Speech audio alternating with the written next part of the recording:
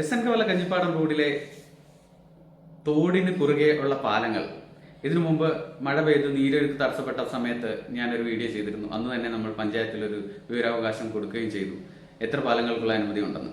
അതിനുള്ള വിവരാവകാശത്തിനുള്ള മറുപടിയാണ് ഇന്നത്തെ വീഡിയോയിൽ. കണ്ടു നോക്കൂ. അപ്പോൾ പഞ്ചായത്തിൽ കൊടുത്ത വിവരാവകാശത്തിൻ്റെ ചോദ്യങ്ങൾ ആദ്യം വായിക്കാം. അതിനുശേഷം അതിൻ്റെ ഉത്തരം എന്താണ് പഞ്ചായത്ത് തന്നിരിക്കുന്നത് എന്നുള്ളതും കൂടി വായിച്ച് കേൾപ്പിക്കാം നിങ്ങൾക്ക് വേണ്ടിയിട്ട്. ഓക്കെ, ആദ്യത്തെ ചോദ്യം, എസ് എൻ കവല കഞ്ഞിപ്പാട റോഡിന് സമീപത്തെ തോടിന് കുറുകെ പണിതിട്ടുള്ളതും പണിയുന്നതുമായ പാലങ്ങൾക്ക് പഞ്ചായത്ത് അനുമതി ആവശ്യമുണ്ടോ എന്നുള്ളതായിരുന്നു ആദ്യത്തെ ചോദ്യം. അതിനുള്ള മറുപടി ഉണ്ട് എന്നാണ്.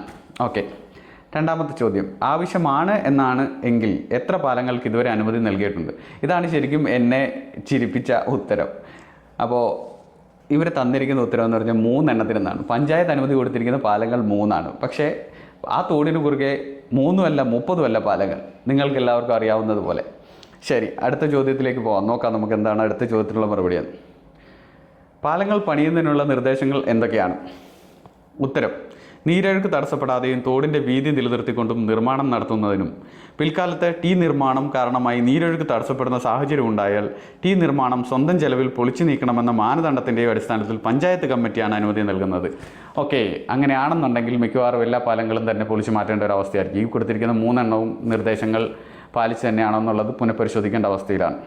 ശരി, പാലങ്ങൾക്ക് പഞ്ചായത്ത് തീരുമാനിച്ച ഡിസൈൻ എന്താണ്? പാലങ്ങൾക്ക് പഞ്ചായത്ത് എന്തെങ്കിലും പർട്ടിക്കുലർ ഡിസൈൻ തീരുമാനിച്ചിട്ടുണ്ടോ എന്നുള്ള ചോദ്യത്തിന് ഇല്ല എന്നുള്ളതാണ് മറുപടി.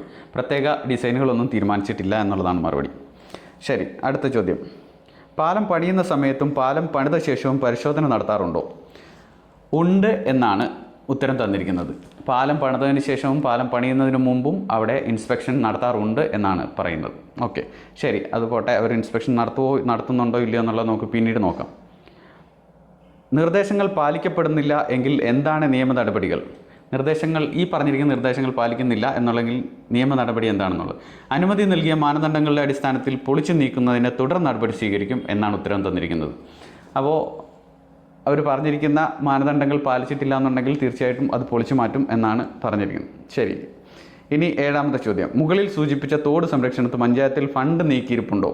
ഉണ്ടെങ്കിൽ ഈ സാമ്പത്തിക വർഷം 2025-26 എത്ര ചിലവാക്കി?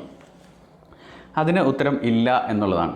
അപ്പോൾ നമ്മുടെ തോട് ഒന്ന് ക്ലീൻ ചെയ്യാനോ സംരക്ഷിക്കാനോ വേണ്ടിയിട്ട് യാതൊരുവിധ ഫണ്ടും പഞ്ചായത്തിൻ്റെ വകുപ്പിൽ ഇല്ല എന്നുള്ളതിനെ കുറിച്ചിട്ട് ഒരു തീരുമാനമായി. അപ്പോൾ ഇതുവരെയുള്ള മറുപടികളെല്ലാം നിങ്ങൾ കേട്ടല്ലോ.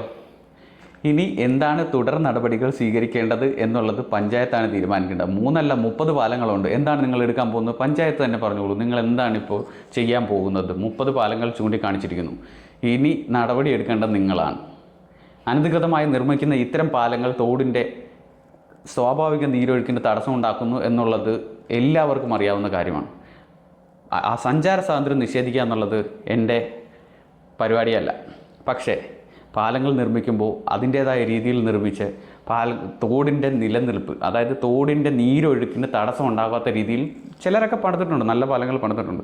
അതുപോലെ നീരൊഴുക്കിന് തടസ്സമാവാത്ത രീതിയിലുള്ള പാലങ്ങൾ പണിത് ജനങ്ങൾക്ക് ബുദ്ധിമുട്ടുണ്ടാക്കാതിരിക്കുക എന്നുള്ളതാണ് എല്ലാവരുടെയും നല്ലതിന് പറയുകയാണ്. Okay, by.